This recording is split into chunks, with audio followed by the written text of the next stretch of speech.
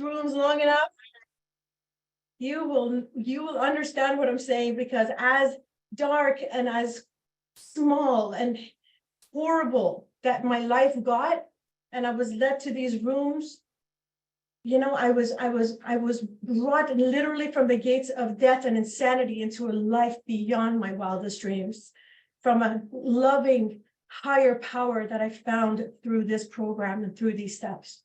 And for that, I am so grateful. You guys, I've been sober for 12 and a half years now. And if you had told me 12 and a half years ago that I would be where I am today, that I would see the world through these eyes, and doesn't mean everything's always perfect. My perception to life is different. There's no way I would have believed you 12 and a half years ago, but it's true. So if you're struggling, please stick around, because Alcoholics Anonymous is the ticket.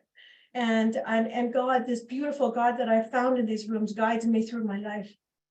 And my life is beautiful today. I struggled a lot. I spent about 20 years out there, putting everything that I could in me to make me feel better. I had a God-sized hole in me. I had a spiritual malady, and alcohol was my solution for a very long time. Other things were my solution, anything that I could get my hands on to fill that emptiness, and it worked. It worked for a while. And then it stopped working, and it started destroying. That's what happened. It started destroying everything around me. And it was no longer my medicine. And, eventually after about 15 years, I discovered these rooms. I still struggled for a long time, because I didn't have that acceptance. I was brought into these rooms, and I went back out again. I was absolutely pummeled. But my alcoholism, our disease is like that, right? It's not done with us until it's done with us. But finally I was brought back in, and I was just demolished. I didn't have a soul left in me. Relationships were completely destroyed. My family wanted nothing to do with me. I was a sick person. I was so full of fear and anxiety that I couldn't even look up, and I couldn't look in the mirror and look at myself. I had so much self-hatred. I couldn't look up at people, and I didn't understand what was wrong with me, and why everybody was having normal lives and growing in life and having families, and their careers were flourishing, and why was I just not able to do that, So I came in 2006 to the rooms for the first time, and I was just demolished. I came in with my head down, and all these bright-eyed and bushy-tailed alcoholics that were sober were greeting me, and I didn't understand what the hell they were so happy about, and it was really annoying, but I had nowhere else to go. And I came in, and you know what, I'm gonna talk about this, because this is where I experienced the first miracles of God's presence. Because when they told me pray to stay sober, just pray, and I was like, are you kidding me right now? Like, okay, so for the last 20 years I haven't been able to stay sober one day, or even for 2 hours. And you're telling me if I get on my knees and pray, I'm going to stay sober? You must be losing it. But you know what? I had exhausted all my resources at that point. Didn't have many other thoughts. So I said, okay, I'm going to do that. And I just was done, right? I had nowhere else to go at that point. So I'd get on my knees in the morning. I joined this little group, and I made it my group, and I would just keep coming back. And in the morning I would just say, please keep me sober. Please keep me sober. God, please keep me sober. And I stayed sober. So I stayed sober like 2 hours, 3 hours, 1 day, 2 days, 3 days, 4 days, and a week. And at night I would just say thank you. And it worked. It worked. Those were the first miracles that I started to see in my life from God. First miracles. And I forgot something actually just before that. I remember just before I came into the rooms, I had a really bad bender. Just to, the way that I drank was alcoholically. Obviously, when I put one in me, it's not over until it's over. I was behind closed doors for about 4 days, drinking, using, smoking, doing that whole, shebang behind closed doors. It was ugly. And then 4 days later, I was out of everything. Everything was gone. And it was just me left alone in that apartment. And I was walking around. I was barely able to walk. I was shaking. I looked in the mirror and I couldn't stand the sight of myself. And I remember falling to my knees and praying. And I just said, please help me, because I can't do this on my own. And I remember praying. That was 1 week before I actually went into AA. And God was listening. And you know what? God is always listening. God is always shining his light on us. Always. It's always there. It's always shining. It's only us that block that. It's with our resistance that we block it. It's that this wall that we have that is so high, this wall of fear and anger and character defects and all the crap that's there, that essentially we get to break down with the steps, right? But I know God was listening. And when I reached out that day, it was kind of like breaking that wall down a little bit. And God's light was able to shine through just enough for me to get to a meeting, right? I got to a meeting and I heard about AA from this girl that I used to drink with. And I used to say, oh my God, AA. It sounds like a cult to me. So anyway, what happened is that I went in and I sobered up, guys. In 2006, I started to have a total shift. You know, I joined this group, I got service, I started to do all this stuff, and I started my own business, and I started to feel good, look good, and mending relationships and all kinds of stuff. And I thought I had it under control. I had about 9 months sober, and I started to feel like I had it under control, which is a very big mistake, because all we really have is a daily reprieve in this program, and we can't ever think that we're driving the bus. And that often happens with us alcoholics. My ego started to rebuild quick, and I thought, oh my God, maybe I'm such an important businesswoman now. I don't need to go to as many meetings, and I don't need to work with my sponsor as much, and I don't need to work with sponsees. And next thing you know, I'm at a party with a glass of wine in my hand, because that's how this disease is. So anyway, long story short, I was out for 5 years. 1 foot in, 1 foot out, until and I was lying to everyone. I was telling everyone I was sober and I wasn't. I was drinking. I even took a 1-year medallion, just to give you an idea of what a terrific liar I can be, standing up at the podium, thanking everyone for my sobriety. Meanwhile, I was drinking the night before. Yeah, that's the kind of alcoholic that I am. That's how honest I am, and that's how conniving I am. And inside, imagine how I feel about myself. So this continued for 5 years until I reached a disgusting bottom.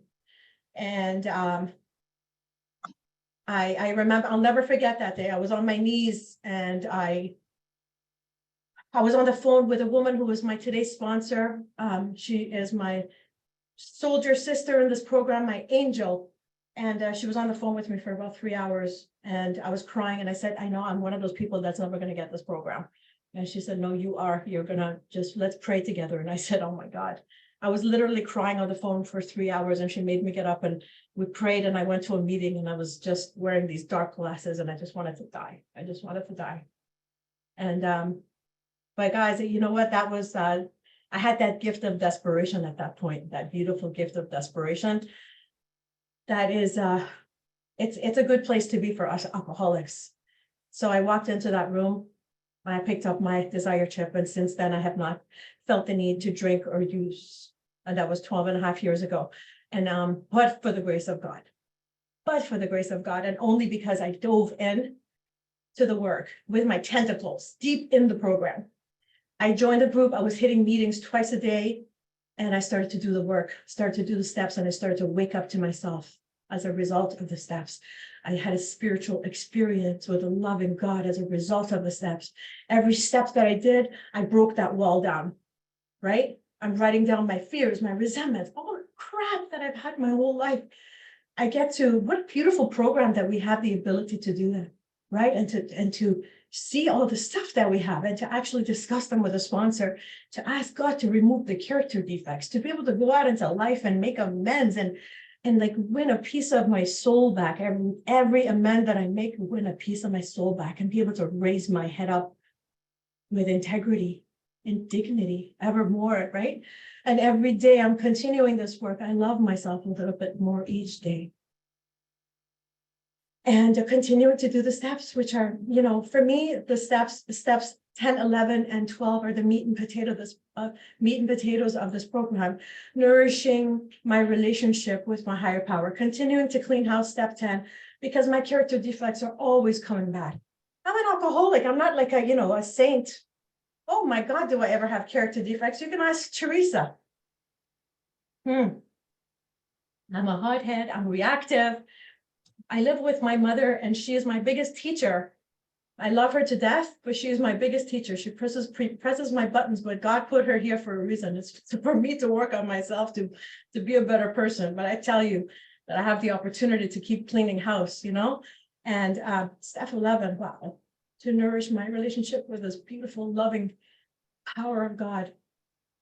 First thing I do every morning is fall on my knees and I ask for guidance. First thing I do before anything happens, I just crawl right down to my knees and I ask prayer. Prayer is me asking God, is pouring my heart out. My prayer could be in various different ways. It could be step 7 prayer, step 3 prayer. It could be the St. Francis prayer, or it could just simply be, God, please fill me with your loving being so that it flows through me and into the lives of others. What would you have me do today? God, help me be of service. God doesn't make too hard of terms. My prayer can be simple. He's listening. He doesn't care. He doesn't judge. And then it's very important to me to sit in meditation because, and that wasn't easy at first, right? And that's something that becomes easier over the years with practice. Our brains are very, I don't know about you guys, but I have a committee up in here that as soon as if I'm sleeping and I wake up because I have to use the bathroom in the middle of the night, it's like 200 people rushing into my head, right? It's crazy up in there. So I need to shut that noise. I need to sit. I need to, if I pray to God, then I need to shut that noise to be able to listen to God's message, right? And God's one and only voice is silence. So I do a lot of guided meditation. I sit quiet, but I have a little sanctuary and an area in my home that I burn smudges and candles, and it's my little spot with crystals. And I sit and I do my meditation, and I'm plugged in. And when I am, my God is guiding me through life. It's a beautiful thing. And God talks to me through people. God talks to me by way of my own intuition. God talks to me in all kinds of ways. I get messages.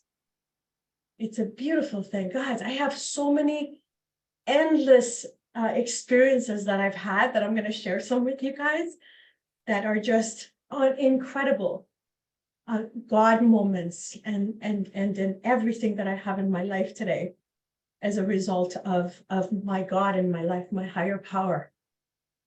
And when I tune out of that, and it happens sometimes, when I ease up on my praying or meditation because life gets too busy sometimes, I don't hear that. I don't have that same strong intuition. My character defects are louder. I'm uneasy. I'm discontent. I'm trying to run the show. I'm trying to manage everything on my own, and it's not nice. So it's not like I'm going to turn around and drink right away, but I become a lunatic pretty quickly. And my life is so big now. It's so full with so much stuff, and I have so many responsibilities that I can't manage stuff on my own. I need God guiding me. I need him. So I'll talk to you guys about some of the experiences, okay? I want to tell you a little story about what happened one night. I don't know, I was going through some issue with work. There was something going on with work. And in the morning, I woke up and I just was consumed with fear. I don't even remember what was going on, but it was really scary. It was like, I don't really have those mornings anymore because that's the way I used to always be. I would get up in the morning and so fearful of life that I just wanted to pull the blanket over me, but it's not like that anymore. I actually love getting up in the morning. I'm enthusiastic about life. And I can't wait to wake up and start my morning and get out there and whatever. But that morning was different. So I pulled up the blanket, and Ali, my husband, he was he would get up, he gets up at like 3, 4 in the morning and starts his prayer and all that kind of stuff. And usually he would be out the door by that time. It was like 6 in the morning or something. So I'm sitting there in bed, and the door was slightly open and the lights were dim. Ali walks into the room, and he's walking towards me, and he sits beside me, and he holds my hand, and he says, baby, don't, it's okay, everything's okay, he says to me. And I just looked at him like, what is he doing? What is he talking about? And he just said, and whenever I'm worried about something, Ali will always say 1000% everything's okay. And when he says that, I know it's going to be okay because he feels it inside. And then he said, 1000%, don't worry, everything's okay. And guys, when that happened, I was like, I knew that was God. And all the fear that I was feeling just fell from me, because I came so present to the God in my life. And then Ali just walked in and gave me this message out of nowhere. He had no idea what was going on. I had not talked to him about anything. He had no idea. He didn't know. That's incredible, right? Another time, I got off of my meditation mat. And guys, my father got diagnosed with cancer when I got sober. And I spent about 5 years with him sober, taking care of him and holding him by the hand. And I had some incredible times with him. And I was so close with him, which I completely would have missed if I had been drinking, because when I was drinking, I wasn't able to take care of myself, nevertheless care for others. So it was pretty incredible. And so this story is, I got up from meditation, and I called up my dad and I said, Daddy, we have to go to Washington to see your mom. He hadn't seen his mother in a few years, and she was in a home in the States. And he said, why? And I said, we just have to go. And at this point, he was in a wheelchair and he had a whole bunch of medicine. And I just said, we just have to go. I booked a flight. I went and picked him up and I wheeled him through the airport. We went to Washington to see my grandmother, and they hadn't seen each other. And it was just unbelievable, their reunion together. And then we were there for a couple of days. And when we came back home, she passed away. And I knew why God was guiding me to do that.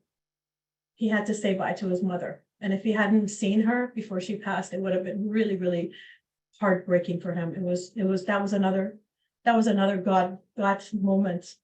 I also took my father to Brazil while he was sick to see a spiritual healer, John of God. I don't know if any of you guys have heard of him, but he would heal people that were sick.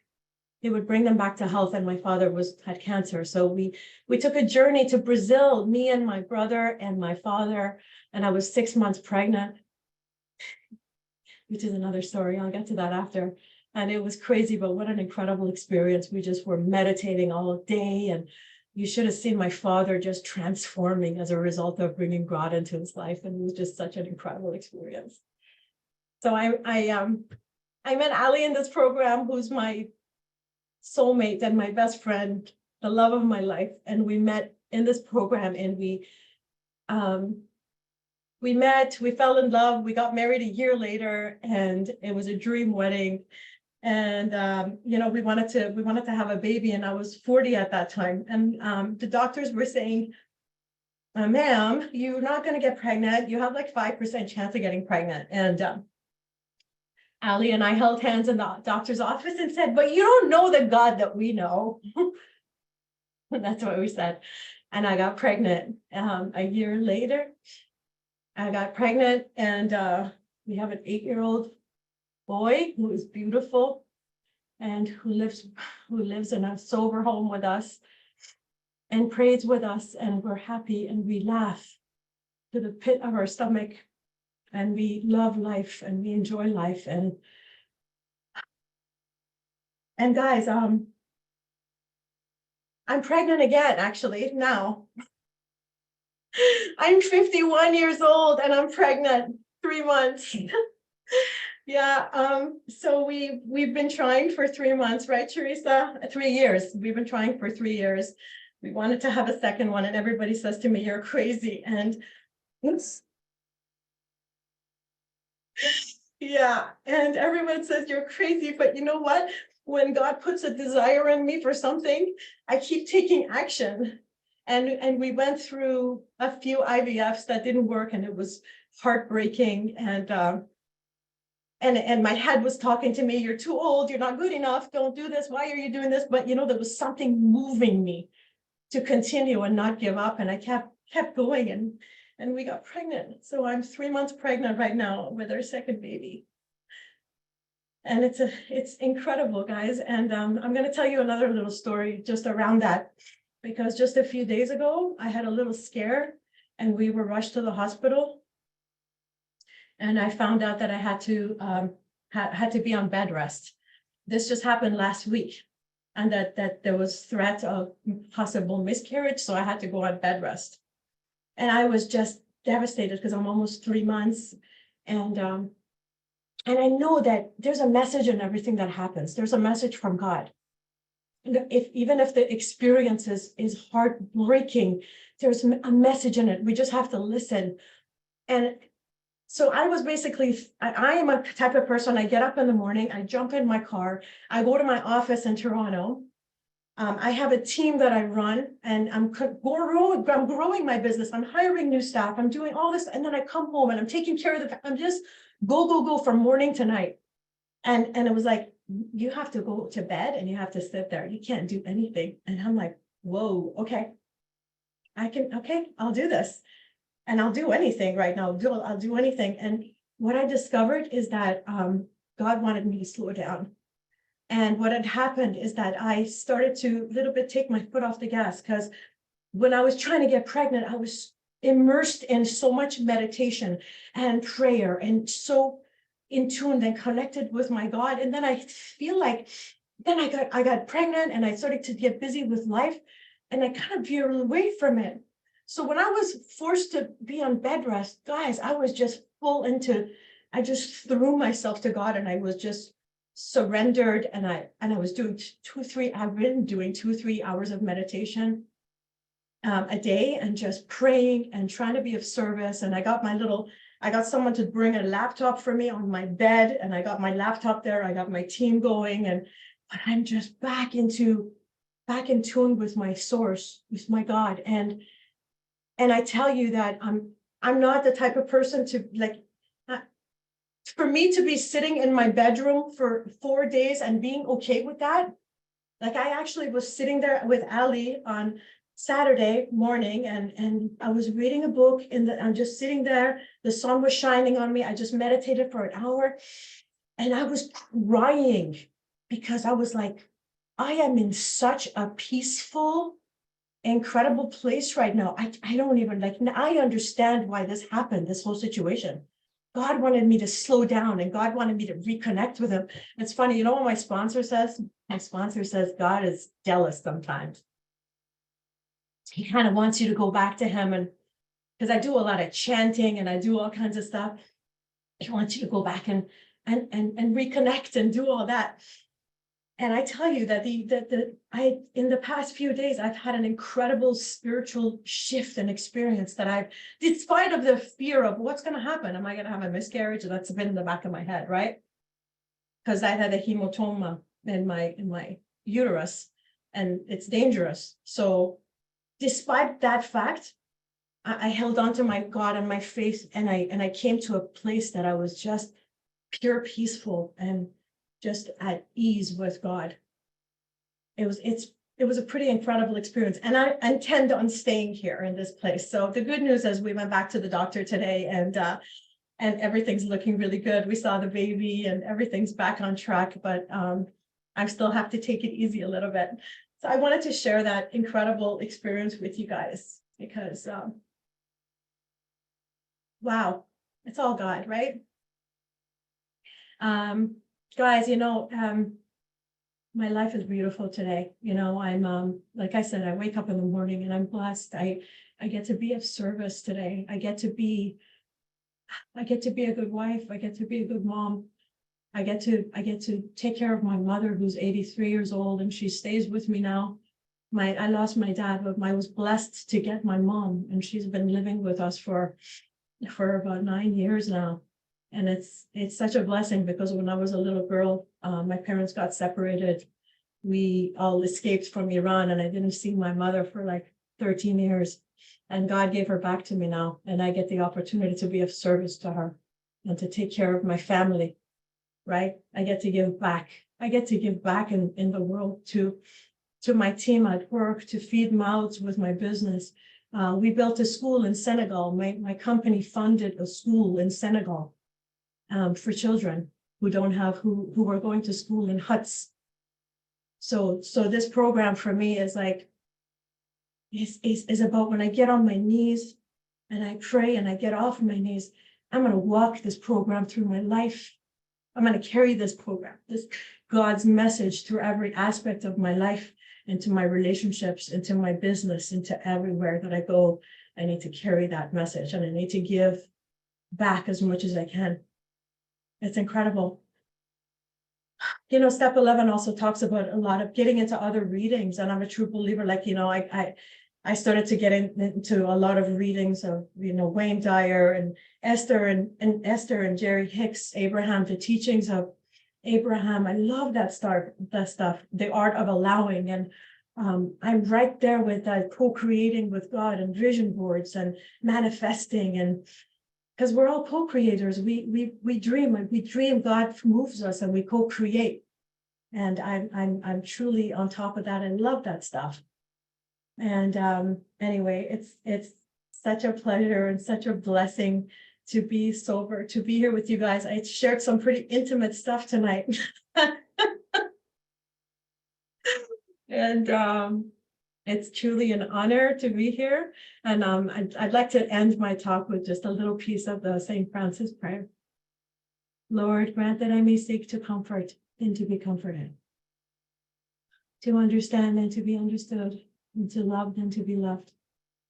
For it is by self-forgetting that one finds, it is by forgiving that one is forgiven, and it is by dying that one awakens to eternal life. Amen. Thanks, everybody.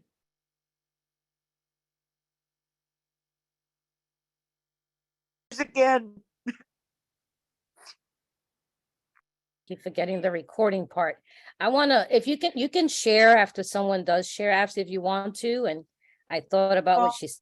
How did you reach that place of knowing you don't have a God like we do? Like when you said that, what was your at that time? What was my what at the time? Sorry? Your understanding of God at that time. Oh, wow. Well, you know, I'd seen enough miracles of God to have that kind of faith to know that this God it operates on a different level in this fourth dimension. There's things that you cannot explain. So for a human to sit there and say something is impossible for me, it's like, no, you don't say that. You don't know what God does, you know, because I had already seen so many of God miracles. Like the fact that I was able to stay sober is that's a miracle for an alcoholic like myself to be able to not have that obsession of drinking. Are you kidding me? That's God's work. And no, I don't believe anybody saying and any human saying to me something is impossible when I have the God that I have. So I had enough miracles in my back pocket to truly believe that and have that faith.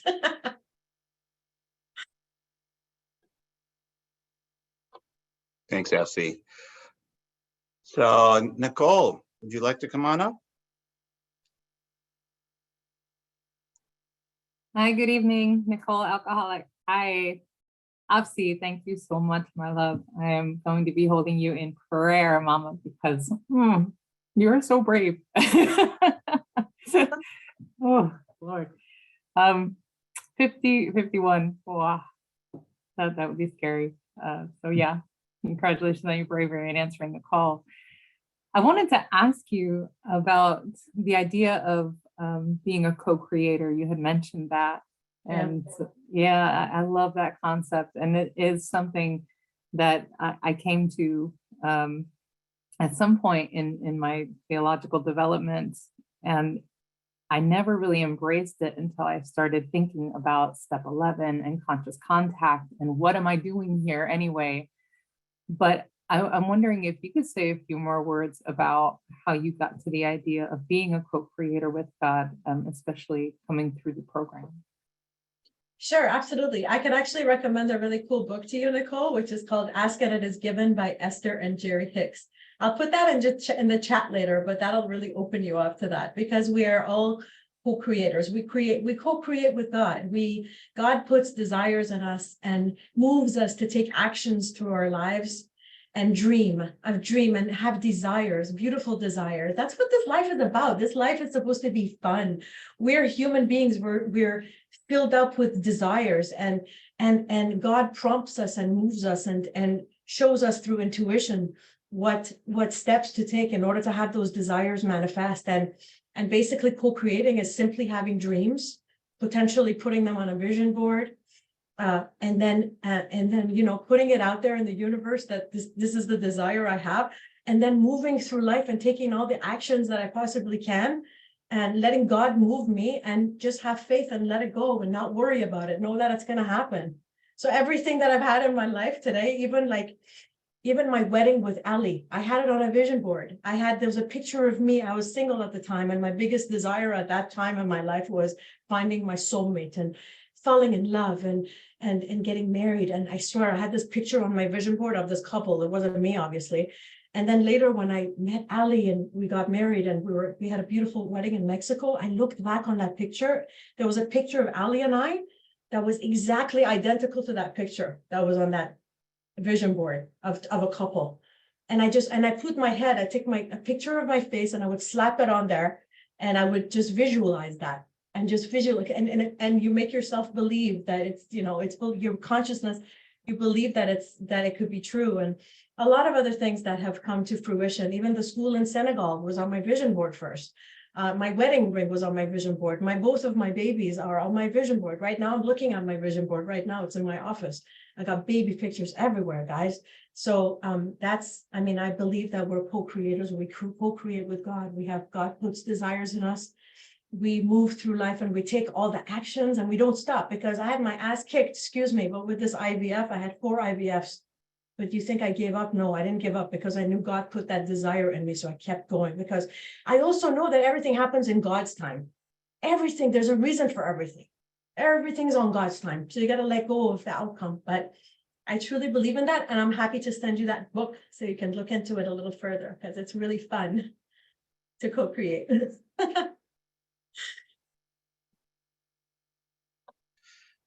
Thank you. Amanda, would you like to come on? Hi, my name is Amanda and I'm an alcoholic. Thank you so much for sharing. I can identify so much with a lot of what you said. And I guess my question is, I used to do the vision board and all of that. And when you said the vision board and you chant and you have your crystals. And my question is, do you ever get discouraged about whether your chanting and your crystals is all in line with God or yeah? Do I ever get discouraged if I ever think if it's in line with God? Right, that it's not God's doing, that God don't want you chanting or worshiping or. No, I think that, I truly believe that that's like I think God likes my chanting. I do certain chantings that's like, I do a Om chant at night. That's like saying, it's like a gratitude chant, Om, just simply saying thank you for everything I have in my life. I don't do that much chanting, but no, the crystals and the incense and all that kind of stuff, they're just little additives. They don't need to be there.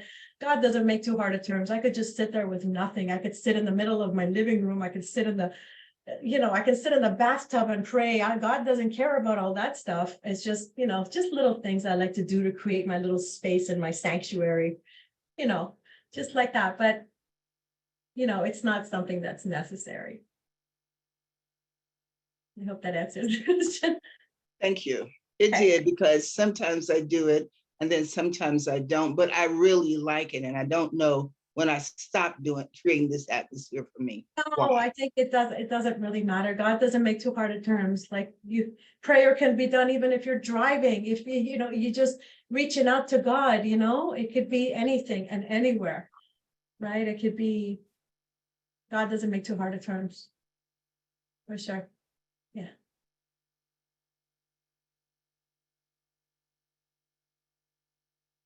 Thanks, Afsi.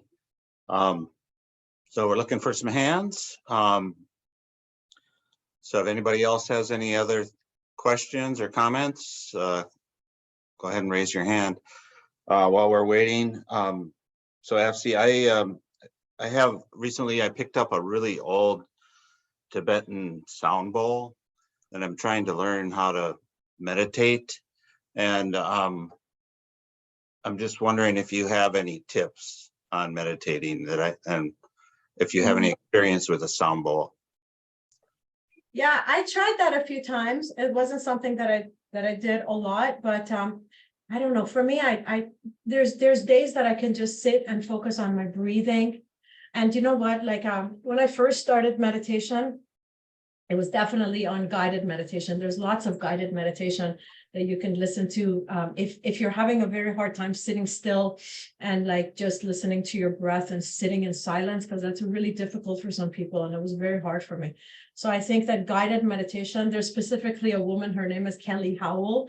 I love her stuff. And it's just like very soothing. And, the whole point of it is that my head gets clear, right? It's not, I don't have those thoughts and I'm just sitting with other than that, I think it's just if you're trying to sit in silence and meditate, I think you just work your way up to it. So you just even start with maybe a minute and then work your way to 2 minutes, work your way to 3 minutes, and you'll be surprised how gradually you can bring yourself up and be comfortable to sit in that space for longer periods of time and just focus on your breath. And you know what, that doesn't have to be perfect either. I don't think anybody has it perfect that they're sitting there with absolutely nothing coming. It just happens. But so, we get better at, realizing thoughts are coming and just clear and just observe the thoughts away sort of thing and just sort of sit. But I think it's like anything that with practice, it gets better. It's like when you go to the gym,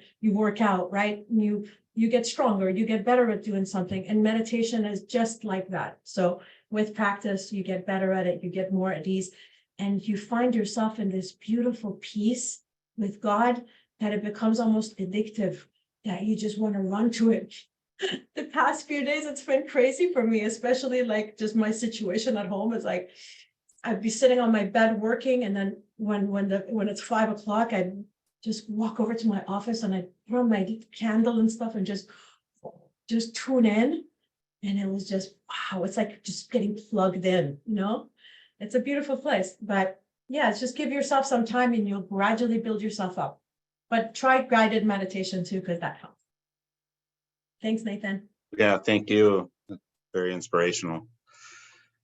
Allison, would you like to come on up? Hi, I'm Allie. I'm an alcoholic, a very shy alcoholic, but I wanted to participate in my recovery today. So I don't have a question, but I just really wanted to thank you so much for sharing your story. Just got to chill.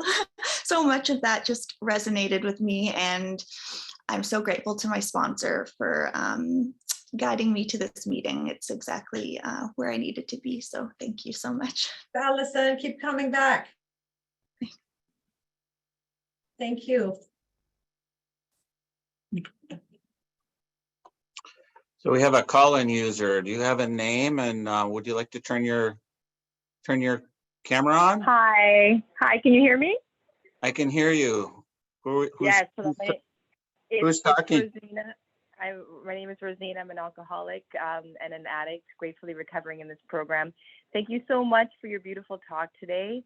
I've heard Ali's story in person, and just to have, this other part of his life come to life. I mean, he's talked about you as part of his recovery, and it's just really beautiful to hear your message. And I didn't really know about this whole other side, and to have it be brought to life in this message of the 11 step in our program is really beautiful. I'd like to have your contact information because I don't have access to the chat right now. I'm very curious about the text that you enumerated in your talk, and also I appreciate how you've talked about how those influences have been integrated into your daily practice of channeling God. And I just wanted to say thank you for bringing to light as well your relationship with your parents. I just recently lost a parent to cancer, and by the grace of God, I too was able to experience that in sobriety, and not just in sobriety, but also with the tools of this program. I just couldn't imagine, experiencing life the way I had for over 50 years, with not just so much the substances, but really just not having that anchoring of a faith and the fellowship and all the tools that this program gives us. So I just want to say thank you. You're just really beautiful. Congratulations on your baby and your babies, and for you to share all those gifts with us, especially your faith, because if we don't have that,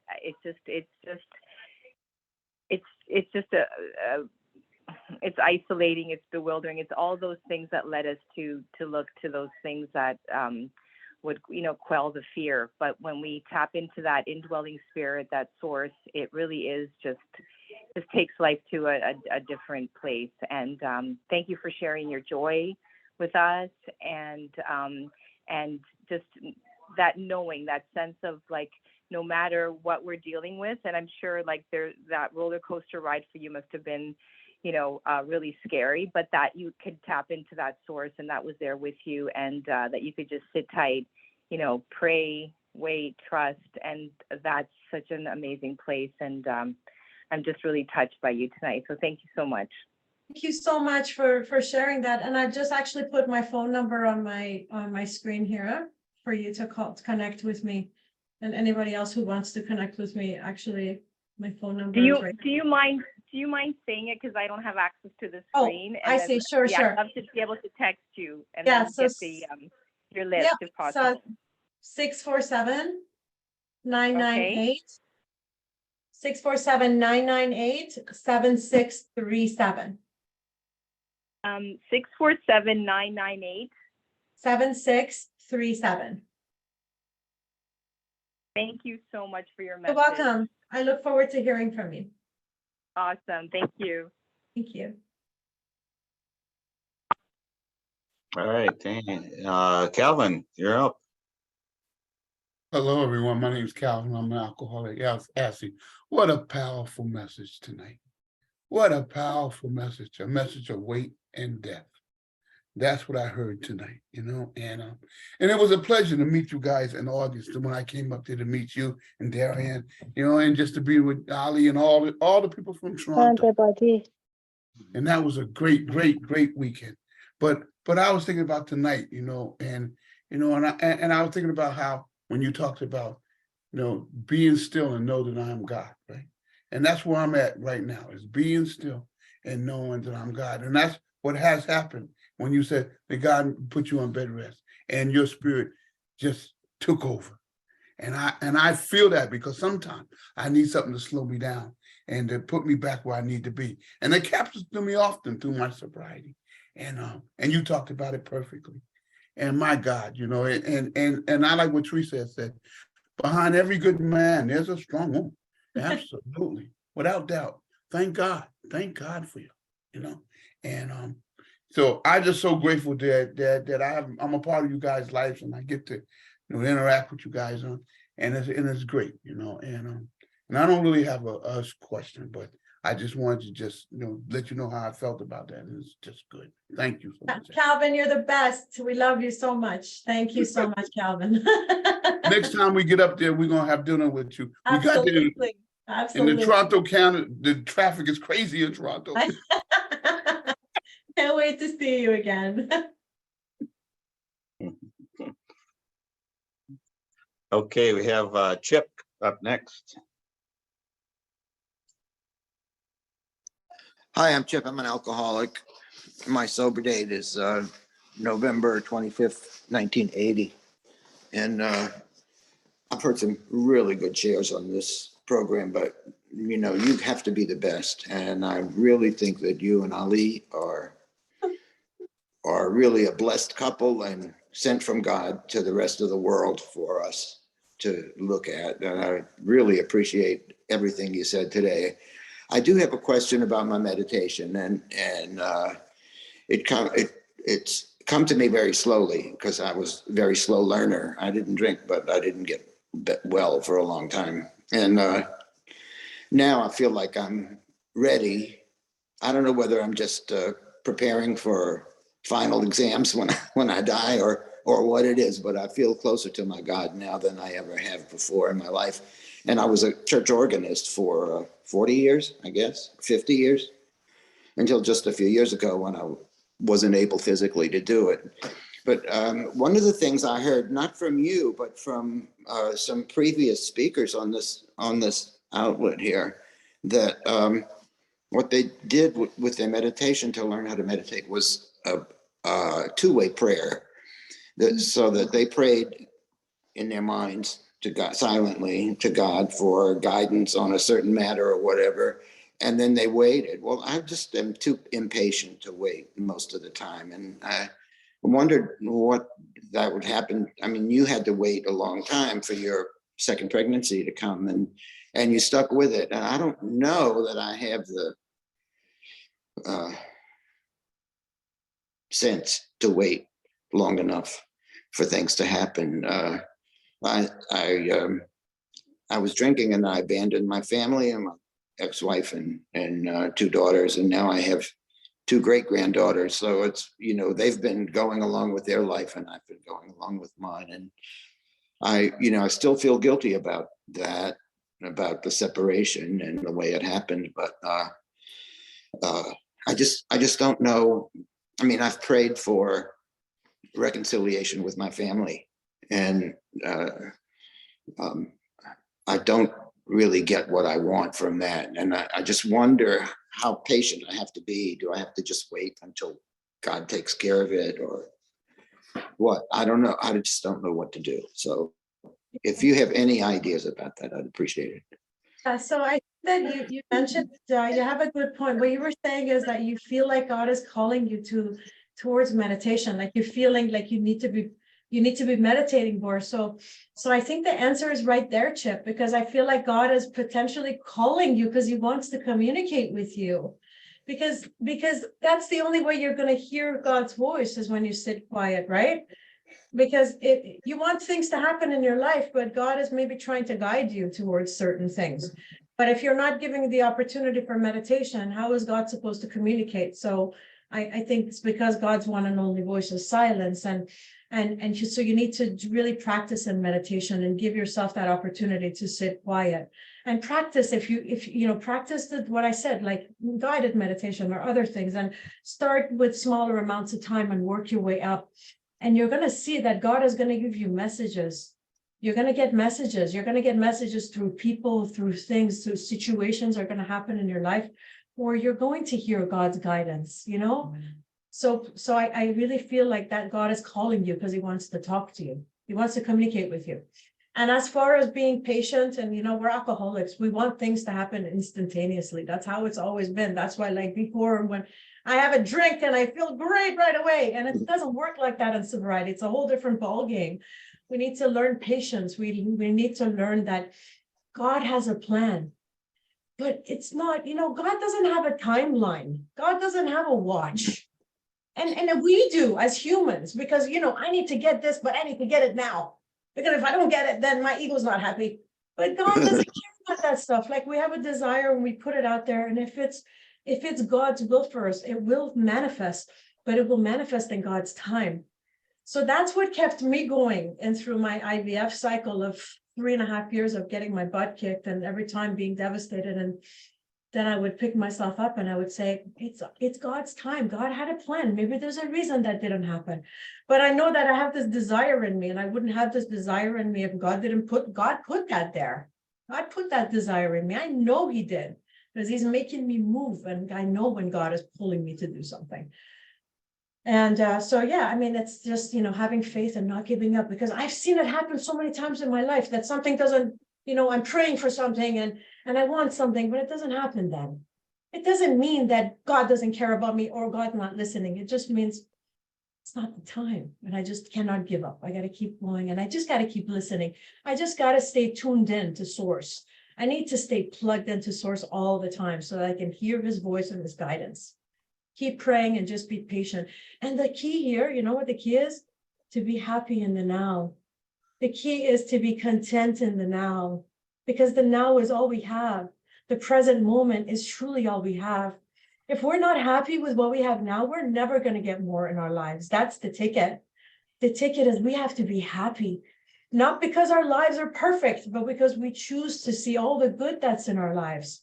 And so, the past few days, I was getting up in the morning, I was starting with gratitude. I was saying to myself, thank you for the roof over my head. Thank you for the, like I wasn't thinking about all the things that are missing and all the worries, but I was coming back with gratitude of everything that I have in my life today.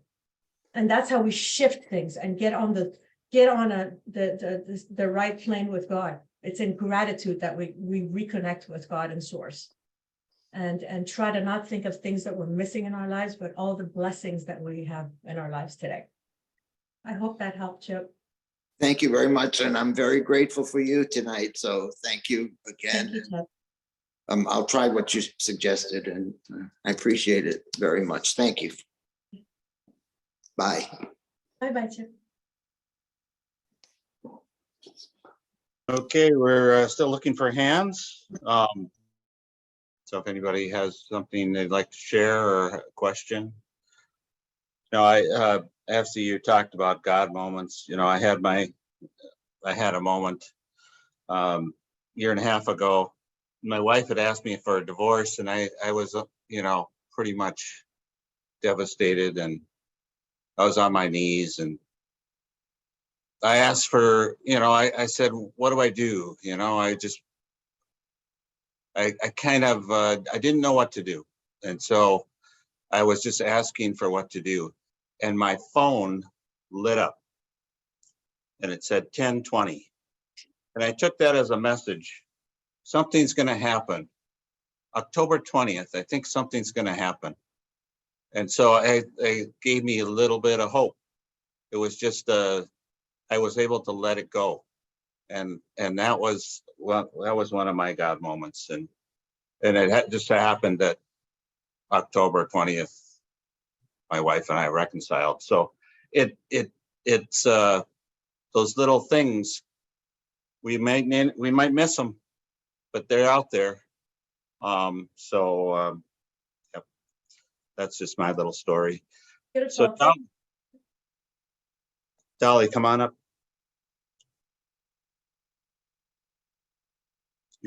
Dolly, do you have a question? Now you see your hand is raised. Okay, can you hear me now? I can. Okay, I just wanted to tell Afsi that her story really, really touched my heart. And I just want to say that I totally understand how she feels. I had 4 miscarriages in a row, and I never went through the whatever that medical procedure is. I can't think of it right now, but God blessed us with a baby girl that we adopted when she was a day and a half old, and that was God's intervention. And I am so very happy that you and Ali are pregnant, and just take really good care of yourself. And you lifted my soul tonight. Thank you. Thank you so much.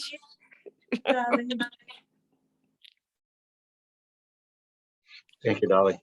Thank you. So Libby, you're up next. Hi, thanks, Nathan. My name's Libby, and I'm an alcoholic in Whistler, British Columbia.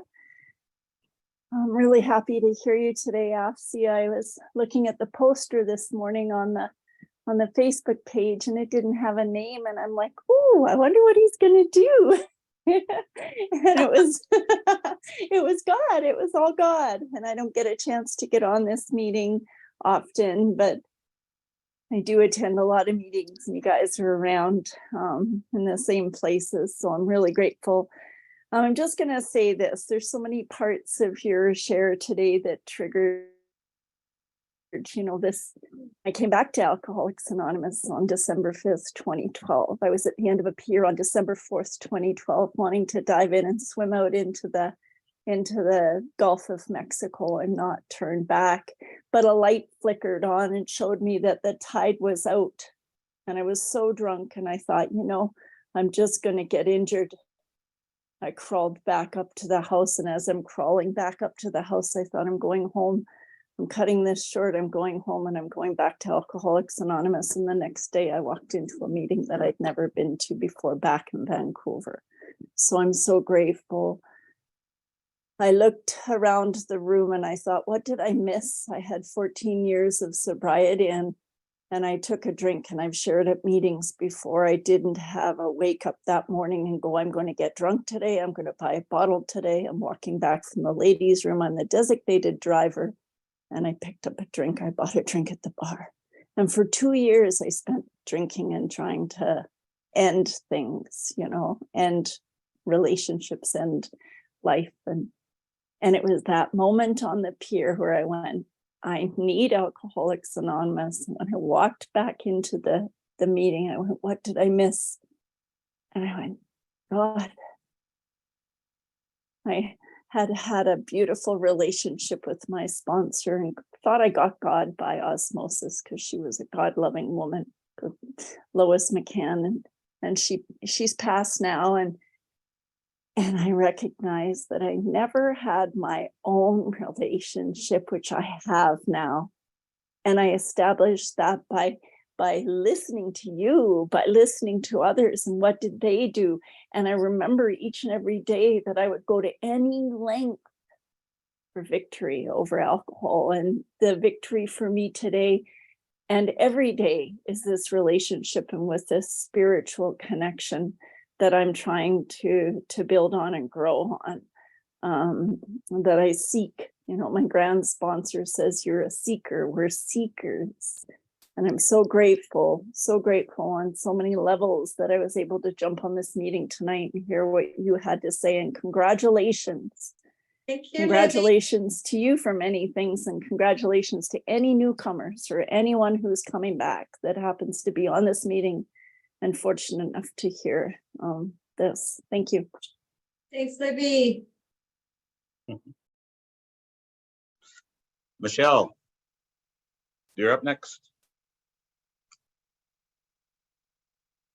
Hi, boy, my name is Michelle. I'm an alcoholic.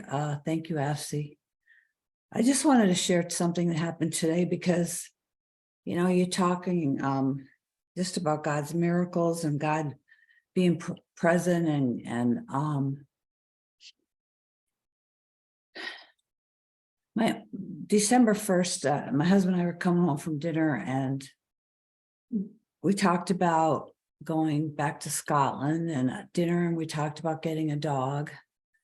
And here's this dog on my lap biting me because he's 10 weeks old. And on the way home from the restaurant, met Noah. He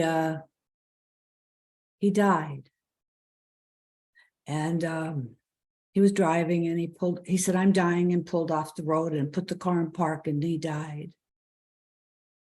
And today, that was a little over 3.5 months ago now. Anyway, we were married 50 years with him for 54. Now I had to learn a new way to be. I'm sober 48 years, and I know that God is there, and I know that, I have a little laryngitis.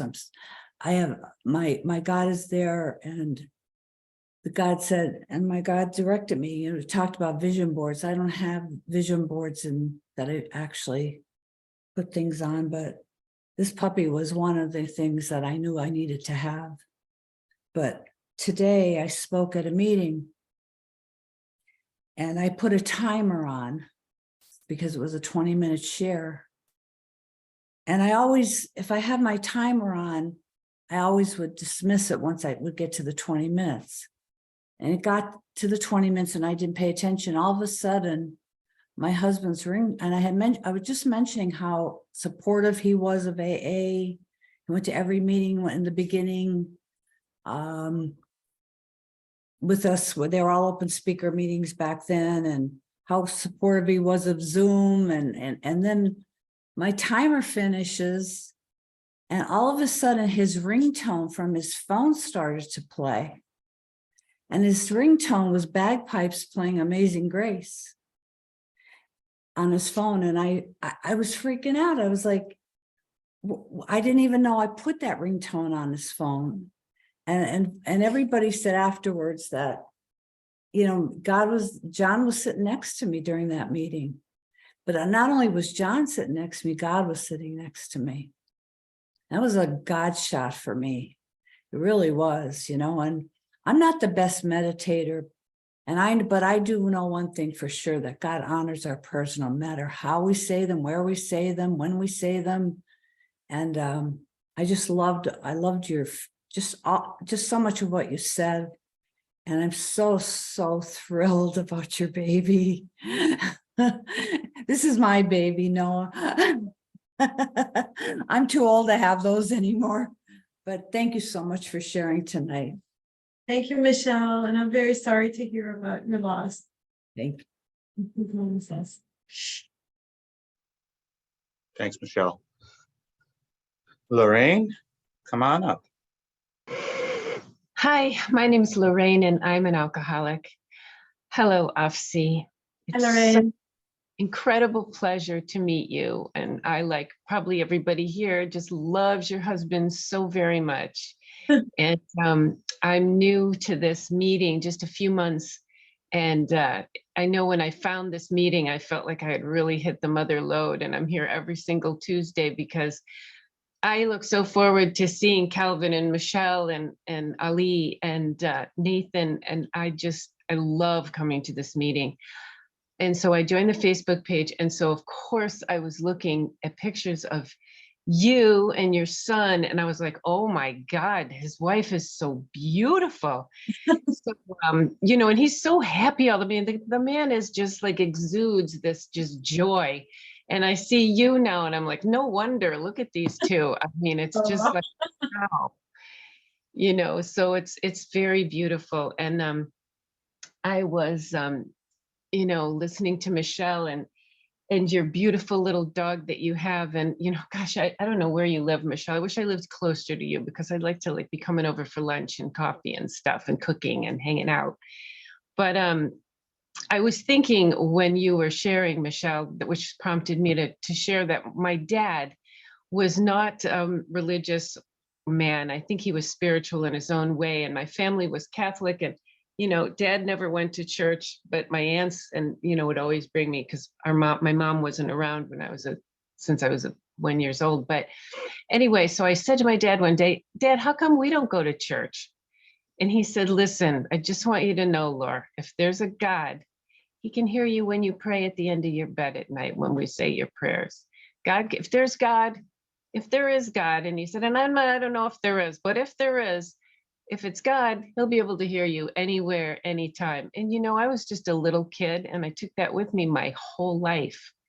And that was a core belief of mine that wherever I would pray, I would be heard. And I just thought, what a great thing my dad did for me by saying that to me that day. And I haven't thought about that in many, many years. This is my second sobriety. I was sober and I'm coming up on a year next Tuesday, actually. But I was sober for 10 years in the program a long time ago. And oh gosh, I brought that up for a reason. It's gone. But what was I going to say? Why did I even bring that up? I don't know. I don't remember. But anyway, I'm really glad to be here tonight. And it just won't come back. Oh, well, I'll send you a message, Afsi, when I remember. Thanks, Lorraine. Thank you for sharing. Thanks, Lorraine. And thanks again, Afsi, for sharing your story. story tonight. We are out of time for question and answers. So I'm going to send it back to you, Teresa.